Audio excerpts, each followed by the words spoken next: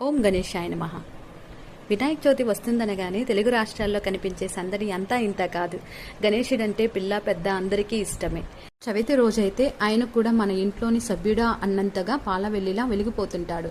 ఆ రోజు చేసుకునే పూజ చివరిలో వినాయకుడి గురించి ఎన్నో కథలు ఎలాగూ మనం వింటూనే ఉంటాం. వినాయకుని పూజించేందుకు ఏమీ లేకపోయినా గరిక ఉంటే చాలని ఒక నమ్మకం. ఆయనకు గరిక అంటే ప్రీతి కలగడానికి వెనుక ఒక కథ ఉంది.